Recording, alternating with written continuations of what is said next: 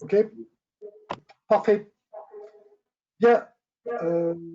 Bienvenue à toutes, bienvenue à tous à notre premier webinar show de cette fin d'année où l'ensemble de l'équipe, nous aurons tous aimé vous rencontrer donc physiquement, en présentiel, comme nous avons l'habitude de le faire pendant nos présentations en salon. Bon, la situation Covid oblige et la technique nous permet de faire une présentation comme si vous étiez présent sur notre stand. Donc, bienvenue à toutes et à tous sur notre stand virtuel.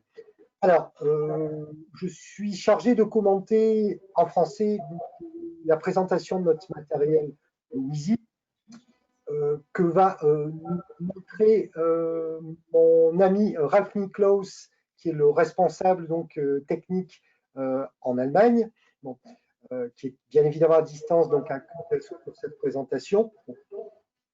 Et je le remercie d'ailleurs de sa préparation et de sa disponibilité, bon, et de toujours sa bonne humeur, donc il est communicatif.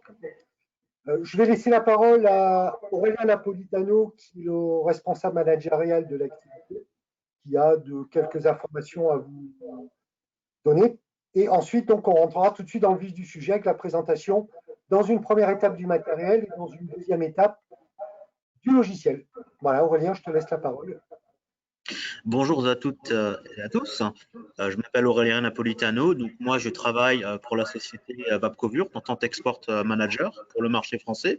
Donc aujourd'hui, je suis simplement là pour animer en fait le chatbox, c'est-à-dire que on souhaite que vous puissiez poser des questions tout au long de la présentation ou alors à la fin, comme vous le souhaitez. Et pour ça, en fait, vous avez une petite chatbox qui apparaît et dans laquelle vous pouvez poser vos questions en français. Donc, on se fera une joie de répondre à vos questions. Donc, n'hésitez pas, bombardez-nous de questions, on est là pour ça. Voilà. Et puis, je vous souhaite une très bonne présentation produit. Parfait, merci à toi Aurélien. Bon, rentrons tout de suite dans le vif du sujet. En ce 10e anniversaire pour nous, puisque cela fait 10 ans donc, que l'entreprise Vapcovur donc, est présente sur le marché du diagnostic poids lourd, comme vous le savez, bon, avec en date d'aujourd'hui en Europe donc un peu plus de 5400 clients qui sont équipés et en France donc quasiment 600 clients qui tout au long de ces 10 dernières années se sont équipés donc de notre matériel. Alors, commençons tout d'abord par la présentation du matériel. Notre matériel donc est systématiquement fourni avec un PC de type renforcé que Ralf va vous montrer. Voilà.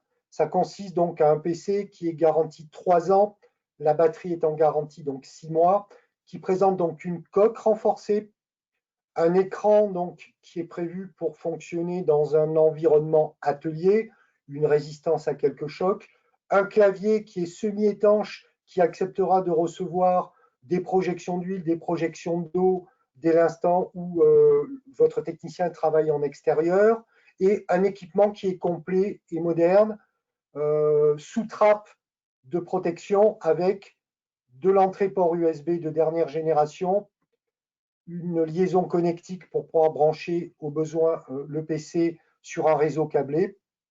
Voilà. Et vous avez ici le visuel de la partie arrière avec, vous voyez ce qui est particulier au PC renforcé, toujours donc ces caches anti-poussière, anti-projection qui protègent tout l'équipement donc du PC.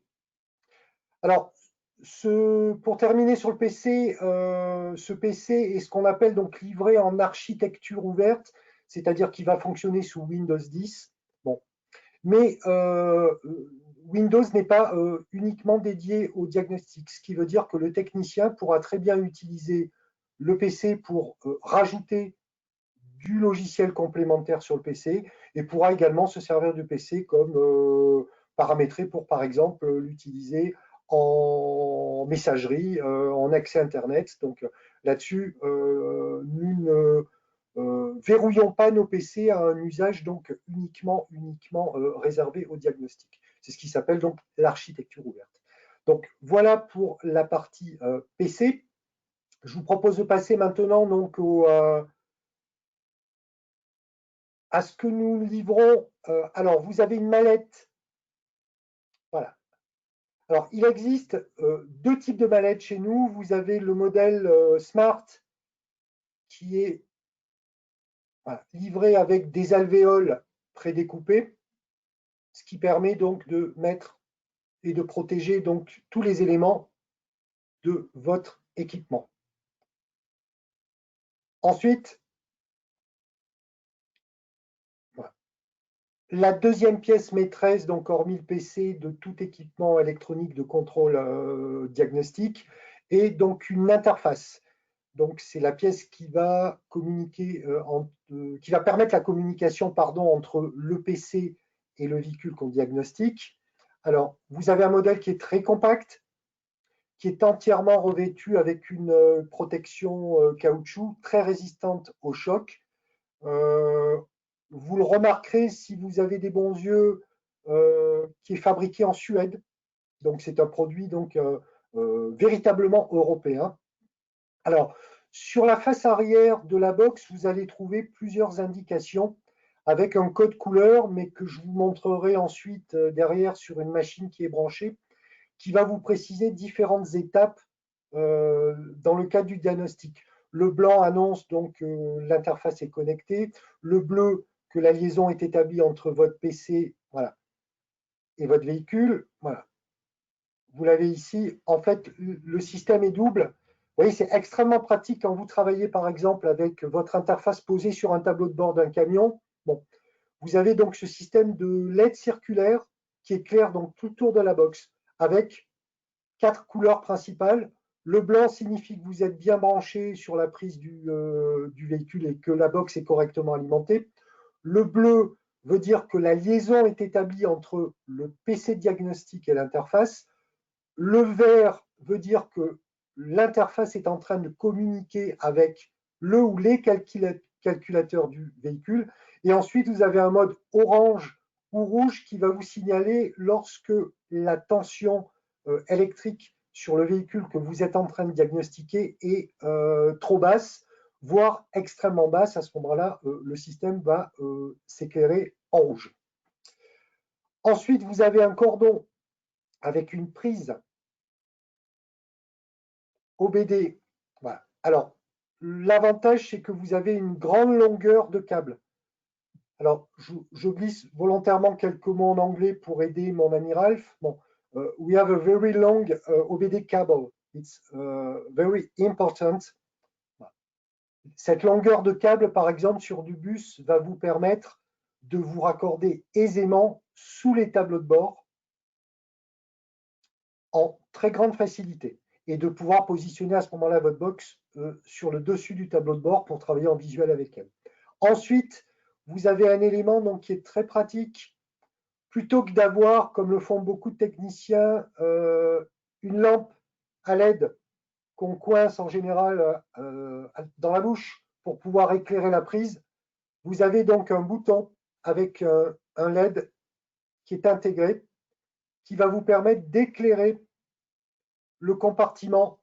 Voilà, vous pressez sur le bouton et vous éclairez le compartiment qui va vous permettre, qui va vous aider donc pour vous brancher sur la prise de diagnostic. Ça évite de coincer une petite lampe dans sa bouche ou alors d'être obligé de retourner pour récupérer une lampe. Très pratique. Voilà pour la présentation de notre interface. Alors, un dernier détail, mais vous le verrez sur la présentation du logiciel. Bon, Ralph nous montre donc, vous avez un bouton qui s'appelle REC pour enregistrement, qui est sur la face donc, de l'interface. Ce bouton va vous permettre de demander un enregistrement de certaines données pour pouvoir donc les enregistrer dans la box et ensuite les analyser. Je prends un exemple. Vous avez des coupures moteurs avec des pertes de puissance de temps en temps. Bon, vous sélectionnez certaines valeurs moteurs qui peuvent être une pression de suralimentation, une pression d'injection. Vous allez demander à la box d'enregistrer ces valeurs. Le véhicule part rouler. Il enregistre pendant un certain temps les valeurs et ensuite retour à l'atelier. Vous faites l'extraction de ces valeurs que votre interface aura enregistrées pour pouvoir les analyser. Et ça vous montrera donc à ce moment-là, sur une durée d'utilisation, à quel moment vous avez des écarts de valeur, voire des coupures. Extrêmement pratique, ce qui raccourcit les temps, ça évite à un technicien de faire de longs essais routiers, c'est un gain de temps, et ça lui permet également de pouvoir lire et analyser ces données à tête reposée, une fois que la box, bien évidemment, les aura enregistrées. Voilà pour la présentation. Je vous parlerai très rapidement également d'un accessoire qui est très pratique en atelier et qui est véritablement une servante d'atelier.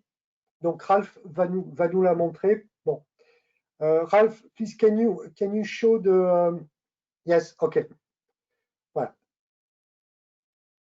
Nous avons à notre catalogue une servante dédiée à nos outils de diagnostic. Voilà. Les tiroirs sont exactement de la dimension des alvéoles qui sont à l'intérieur des valises de transport.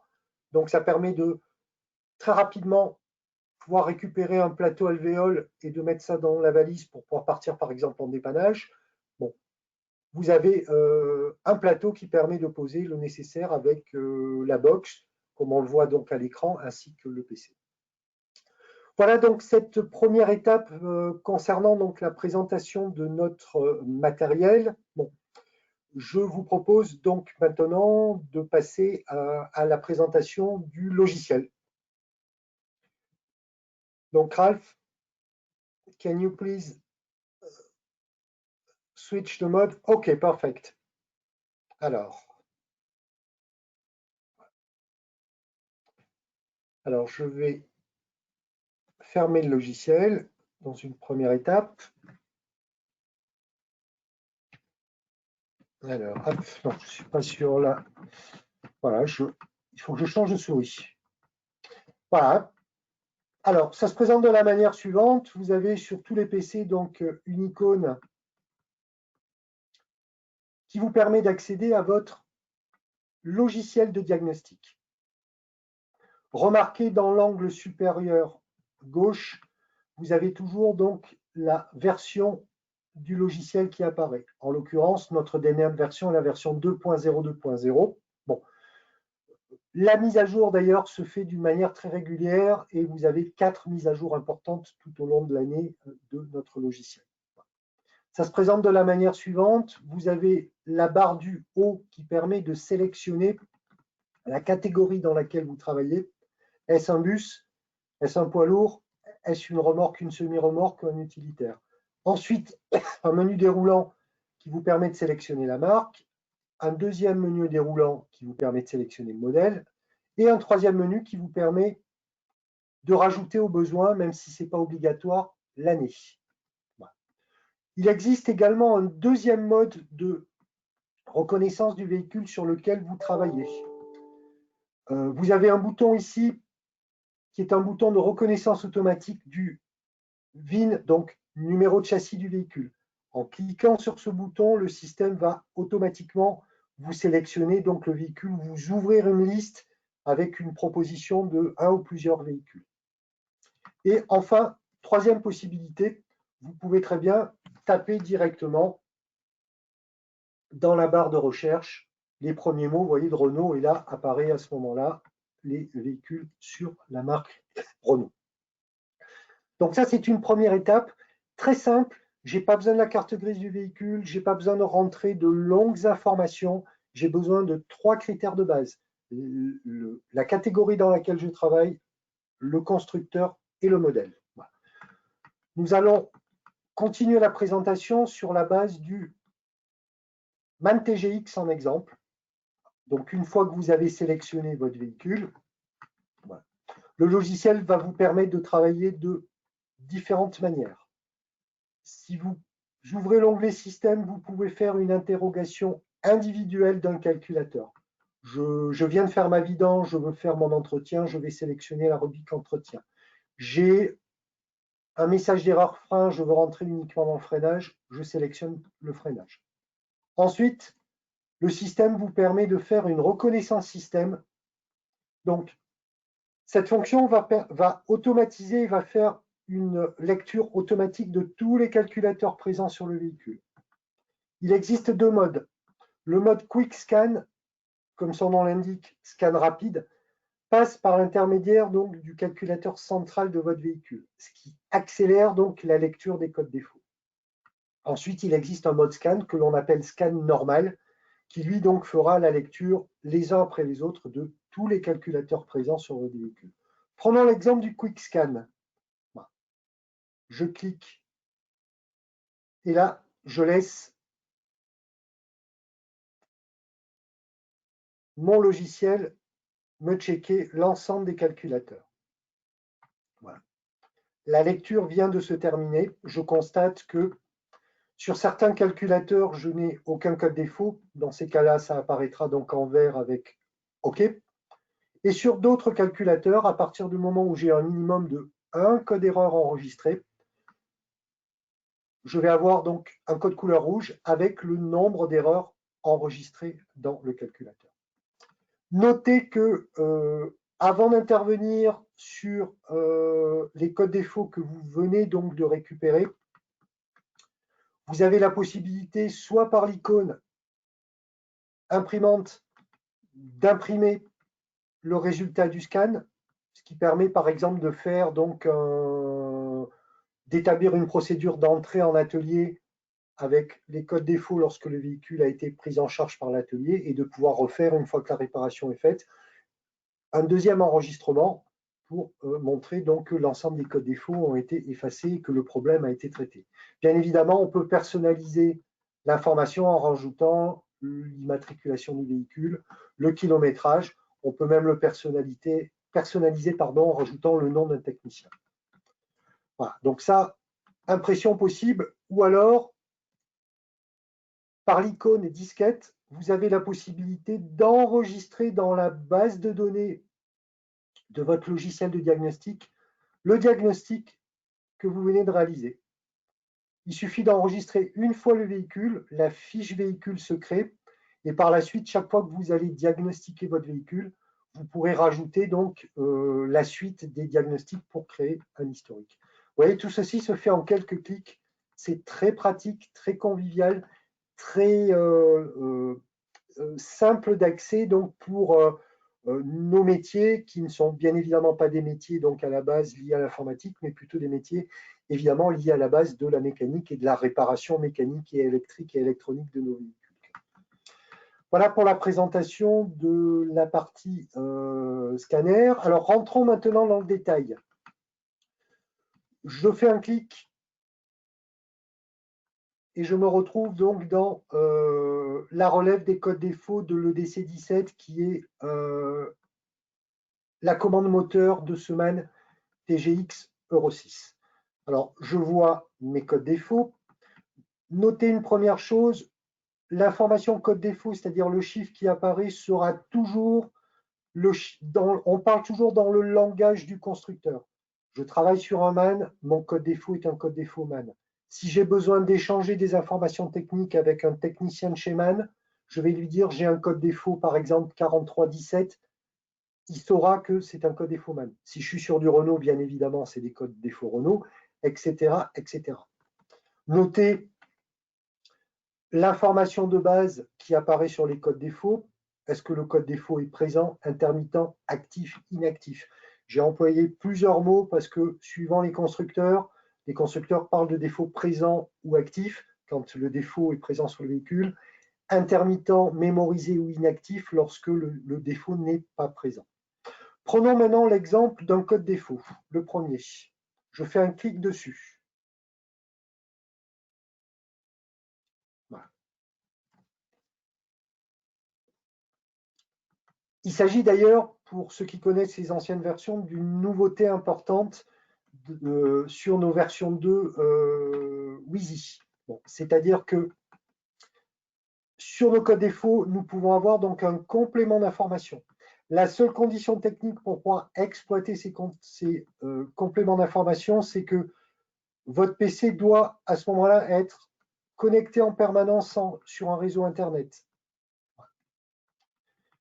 Voici un exemple. J'ai un code défaut ici qui me parle donc d'un problème sur une sonde de NOx. Bon. Première information complémentaire dans la rubrique freeze frame. Je vais avoir donc la fréquence, c'est-à-dire le nombre de fois où le code défaut a été enregistré sur le véhicule, avec une date, avec un kilométrage. Suivant les marques, je peux avoir des informations complémentaires du type quelle était la température du moteur lorsque le défaut a été enregistré, etc., etc. Deuxième source d'information très utile pour le technicien, quelles sont les causes possibles? C'est exprimé en pourcentage.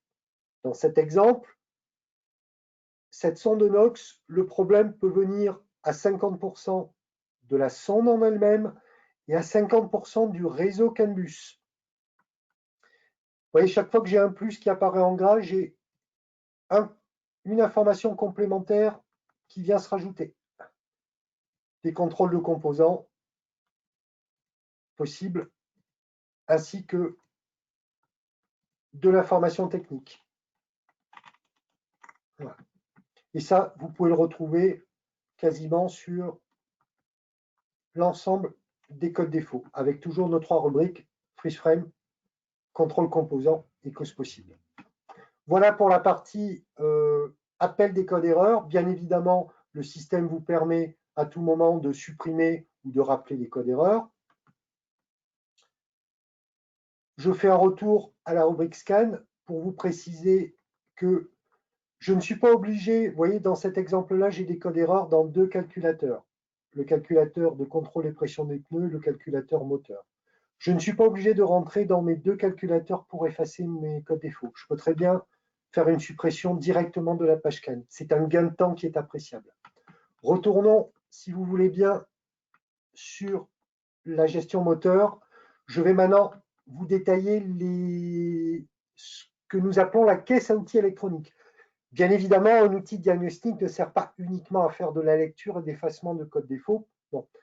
Notre outil dispose également de différents outils qui permettent à ce moment-là à un technicien d'aller chercher de l'information. Dans la liste de données, le technicien peut, en valeur réelle, vous voyez, je vais prendre un exemple, contrôler en un seul clic toutes les pressions que le calculateur moteur enregistre. Voilà. Je les sélectionne, je les affiche, et là, j'ai 1, 2, 3, 4, 5, 6, 7, 8, 9 valeurs de pression qui vont s'exprimer en barre. Bien évidemment, je démarre le véhicule, je peux faire un essai routier, je peux faire un essai statique. Donc ça, c'est le tiroir électronique, on va l'appeler, où se trouvent les outils qui permettent de lire des données. Alors, si je reviens dans la partie données, voilà les catégories en général qu'on retrouve, des données en pourcentage, des données en pression, des données de tension en volts, des données de température, etc., etc. Troisième tiroir important de ma caisse à outils électronique, c'est l'accès aux fonctions. À l'intérieur, vous allez trouver 3 compartiments. Le compartiment commande. La commande permet de tester un composant.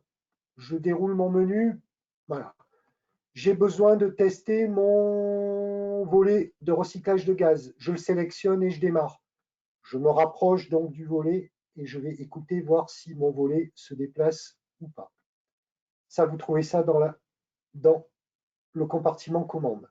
Compartiment calibrage. De plus en plus, le technicien donc, est confronté au problème de il ne suffit pas simplement de changer un composant. Une fois qu'on l'a changé, il faut électroniquement valider son remplacement. Et vous avez à ce moment-là les exemples ici. Voilà. Vous réinitialisez, vous voyez par exemple, vous remplacez donc un échappement.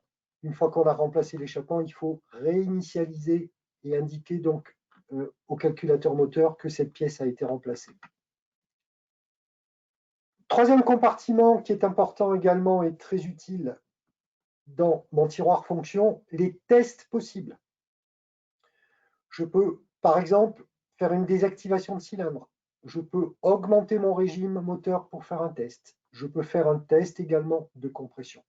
Vous trouvez tout ceci donc dans les 3 compartiments du tiroir fonction. Une chose qui est extrêmement rapide et pratique sur nos outils de diagnostic, bon, si vous ne savez pas où se trouvent donc les informations, il vous suffit d'ouvrir à ce niveau-là et vous avez une vision globale, complète de, par exemple, toutes les fonctions de calibrage que vous pouvez trouver sur un MAN TGX. J'en prends un au hasard, étalonneur de capteur d'inclinaison. Si je ne sais pas ce que c'est, je fais un clic dessus. Ça va me renvoyer vers, je sais que c'est une fonction qui est liée à la boîte de vitesse. Et ce raccourci va me renvoyer directement vers mon calculateur de boîte de vitesse et il me suffira simplement d'ouvrir la liste des calibrages pour accéder aux différents calibrages de ma boîte de vitesse. Voilà pour la présentation des fonctions opérationnelles de notre outil de diagnostic. Nous avons également, ce qui est une ou plusieurs licences complémentaires, une base de données à disposition qui va comprendre des schémas électriques interactifs. Prenons l'exemple, restons sur l'exemple de la motorisation. Voilà. J'ai besoin d'un schéma électrique sur mon MAN TGX, j'ouvre mon schéma. Sur cette barre-là, remarquez que vous pouvez faire une recherche des composants par un menu déroulant. Exemple, je dois changer mon capteur de température de liquide de refroidissement, c'est la première fois que je le fais. Je sélectionne mon capteur, il apparaît ici sur le schéma. J'ai également une indication qui me permet, avec un chiffrage, si j'ai besoin de faire un test de continuité, je sais qu'il faut que je raccorde ma borne 55 à la borne numéro 3 pour pouvoir tester ma ligne. Voilà.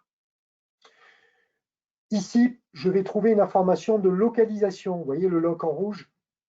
Voilà. Le point qui est ici me localise à quel endroit sur le moteur se trouve ce capteur de température. Enfin, vous avez un autre élément complémentaire qui sont un ensemble de données techniques constructeurs. Ce sont des données, vous voyez, qui sont classées par catégorie. Je vous prends un exemple.